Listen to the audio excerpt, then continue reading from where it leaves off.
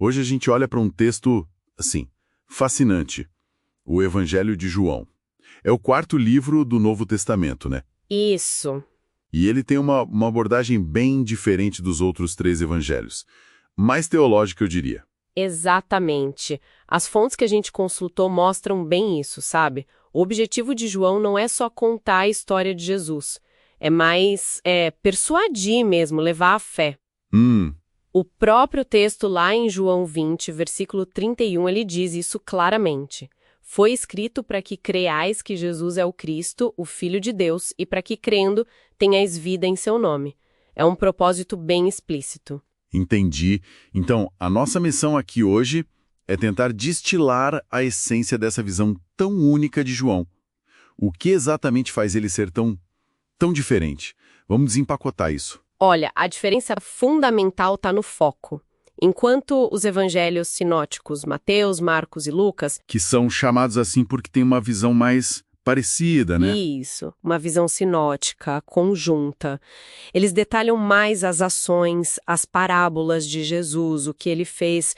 Já João, ele mergulha fundo na identidade divina de Cristo. Interessante. O famoso prólogo, João capítulo 1, já começa com tudo, né? Apresenta Jesus como o Logos, o Verbo divino, que já existia antes de tudo. O Logos. E aí vem a frase-chave, esse verbo se fez carne e habitou entre nós.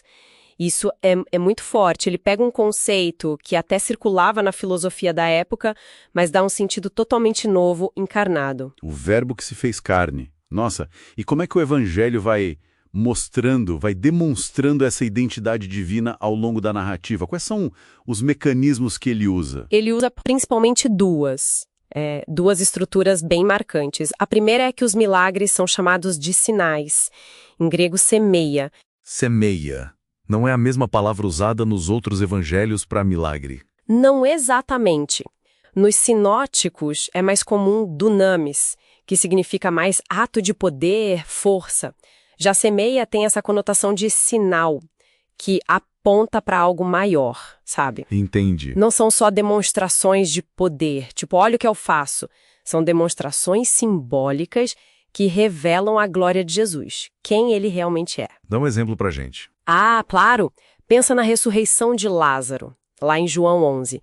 É um milagre enorme, claro, mas para João é mais que isso. É o sinal que aponta para Jesus como a ressurreição e a vida. O ato confirma a palavra. Sinais que apontam para algo maior, entendi. E qual seria a segunda estrutura que você mencionou? A segunda são as 7 grandes declarações eu sou. Em grego, ego eimi. Ah, essas são famosas. Eu sou o pão da vida. Exato. Eu sou a luz do mundo. Eu sou a porta. Eu sou o bom pastor. São afirmações muito diretas de divindade.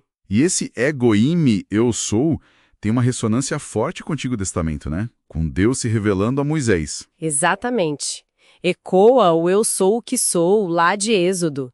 Então, Jesus está usando essa linguagem divina para falar de si mesmo. E o interessante é que, muitas vezes, um sinal prepara o terreno para uma declaração eu sou. O milagre, o sinal visível, meio que ancora a afirmação teológica que vem depois. Faz todo sentido. Uma coisa leva a outra. Agora, essa estrutura toda, essa teologia tão forte, levanta aquela questão, né? Quem escreveu isso?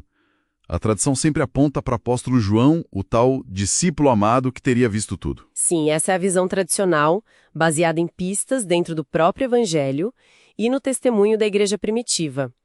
Ele seria testemunho ocular por trás do texto. Mas tem também aquela teoria da escola joanina, certo? Como funciona isso? Pois é, essa teoria sugere que talvez não tenha sido só o apóstolo João escrevendo sozinho, mas sim uma comunidade de discípulos ligada a ele. Uma comunidade, tipo um grupo? Isso.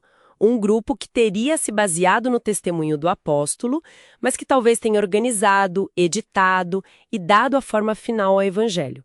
Não precisa ser uma escola física, mas um círculo de influência. E o que essa ideia ajudaria a explicar? Bom, ajudaria a explicar talvez a sofisticação teológica, que é bem elaborada, e também o contexto histórico.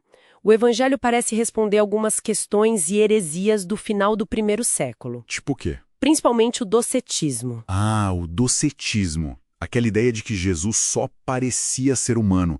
Era tipo um fantasma, mas não era de carne e osso de verdade. Exatamente essa. E isso era um problema sério para a fé cristã, né? Porque se Jesus não foi realmente humano, a morte e ressurreição dele perdem o sentido. Claro. Aí, nesse contexto, a afirmação central de João, o Verbo se fez carne, ganha ainda mais peso. É uma resposta teológica direta, super forte, afirmando, não, ele foi humano de verdade. A própria estrutura do evangelho com esse foco pode ter servido para fortalecer a fé dessa comunidade joanina contra essas ideias. Nossa, que interessante. Vê a estrutura do texto como uma resposta direta às necessidades daquela comunidade. Muito bom. E além desse impacto teológico enorme na época, e depois? Onde mais a gente consegue ver a influência dessa visão de João? O legado dele? A influência é imensa. Na teologia cristã nem se fala. As doutrinas sobre quem é Jesus, sobre a Trindade, bebem muito de João. Mas na arte também, é muito visível. Na arte? Como assim? Pensa em imagens super conhecidas. O Cordeiro de Deus, o Agnus Dei. Essa imagem vem direto de João Batista apontando para Jesus em João 1, versículo 29. Verdade. Ou então o Bom Pastor, lá de João 10. Essa é uma das imagens mais antigas de Jesus na arte cristã. A gente encontra desde as catacumbas em Roma. São imagens poderosas que saíram direto das páginas de João e moldaram como a gente visualiza a fé. Que legal isso. Então, resumindo o nosso mergulho, o que a gente pode dizer? Que o Evangelho de João é muito mais que uma simples biografia. É uma construção teológica muito bem pensada. Poderosa, né? Poderosa.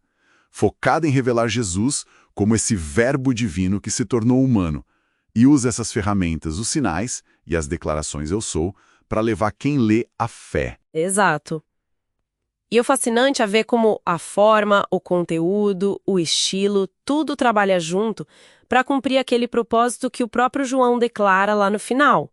Levar a crença em Jesus como o Cristo, o Filho de Deus, para que se tenha vida nele. É tudo muito amarrado. Sim. E fica aí uma reflexão pra gente, né? Sabendo que o objetivo claro de João era teológico, era persuasivo, como isso muda ou deveria mudar a nossa leitura das narrativas dele, principalmente quando a gente compara com os outros evangelhos que talvez tivessem focos um pouco diferentes. É uma ótima pergunta para continuar pensando.